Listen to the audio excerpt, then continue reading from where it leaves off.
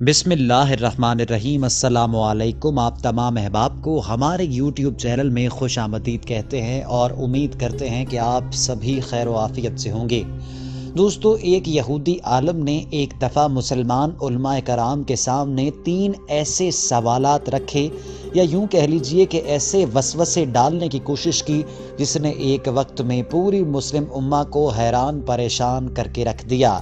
دوستو، یہودی عالم نے 3 سوال مسلمانوں کے سامنے رکھے۔ پہلا سوال یہ تھا کہ اللہ ایک ہے تو اس سے پہلے بھی تو کوئی ہوگا۔ دوسرا سوال یہ تھا کہ اللہ ہے تو اس کا چہرہ کس طرف ہے۔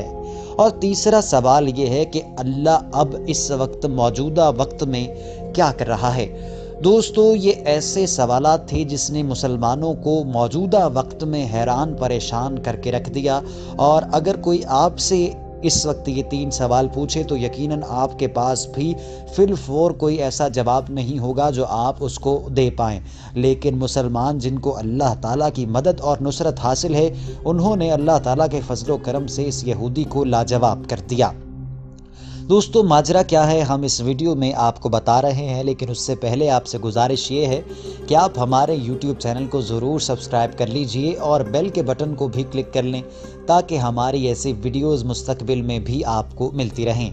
دوستو، خلیفہ عبد المالک بن مروان کے دور میں بغداد علم اور حکمت کا مرکز تھا، اور اس دور میں دشمنانہ نے اسلام یہودیوں نے اسلام کو نظریاتی طور پر کمزور کرنے کے لیے بظاہر لاجواب کر دینے والے 3 سوالات دے کر ایک ایسے آدمی کو اسلامی دنیا میں بھیجا جو اعلیٰ طبقے تک رسائی، بہترین مقررانہ صلاحیتوں اور باروب شخصیت اور آواز کا حامل تھا۔ اس نے پہل بغداد میں آ کر ایسی بڑی مساجد کا انتخاب کیا جہاں اسے زیادہ سے زیادہ سامعین مل سکتے تھے، اور پھر ان کے سامنے اپنا پہلا سوال رکھا کہ خدا سے پہلے زمین پر کیا تھا، جس کا جواب نہ تو عام آدمی بلکہ ائمہ مساجد جو بخوبی دینی تعلیم سے آگاہ ہوتے تھے وہ بھی نہ دے سکے۔ دوستو، مختلف مساجد میں جا کر یہ فتنہ پھیلانے کے بعد اس نے مدارس کا رخ کیا اور ہر کسی کو لاجواب کرتا گیا۔ وہ بچے، نوجوان اور بوڑھوں کے پاس جا کر یہ سوال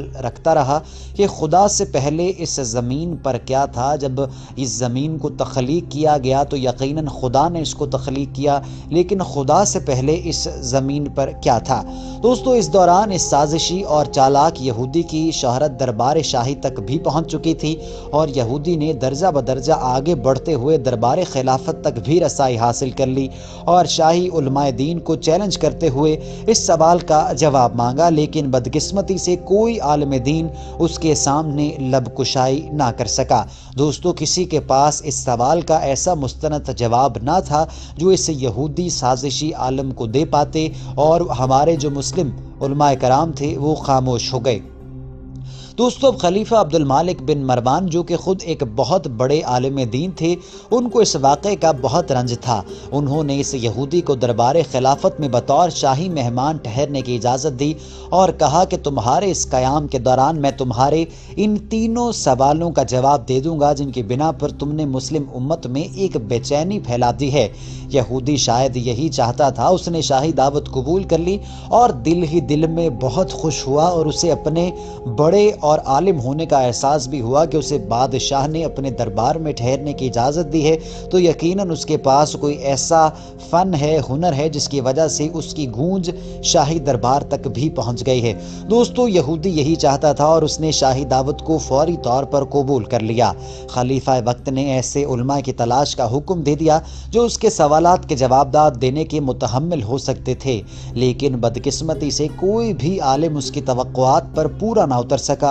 اور یکے بعد دیگرے تمام علماء شکست خوردہ انداز میں سر جھکائے واپس چلے گئے۔ خلیفہ عبد المالک اگرچہ تکلیف میں تھے لیکن مایوس نہ ہوئے، اور بالآخر ایک دن ایک درباری وزیر نے انہیں کہا کہ جہاں پناہ اگر کوفے کے ایک نوجوان عالم کو طلب کیا جائے تو یقین کامل ہے کہ وہ اس یہودی کو لاجواب کر سکے گا۔ دوستو یہودی اپنے سوالات بار بار دہراتا رہا اور مختلف مکتب فکر کے لوگوں میں جا کر یہی سوال پھیلاتا اور یہی وسوسے ڈالنے کی کوشش کرتا کہ اللہ ایک ہے تو اس سے پہلے بھی تو کوئی ہوگا، وہ کون سی ذات تھی جو اللہ تعالیٰ سے پہلے تھی؟ دوسرا سوال یہ کرتا کہ اللہ ہے تو اس کا چہرہ کس طرف ہے، کس رخ کو ہے؟ اور تیسرا سوال یہ کرتا کہ اللہ تعالیٰ اب کیا کر رہا ہے؟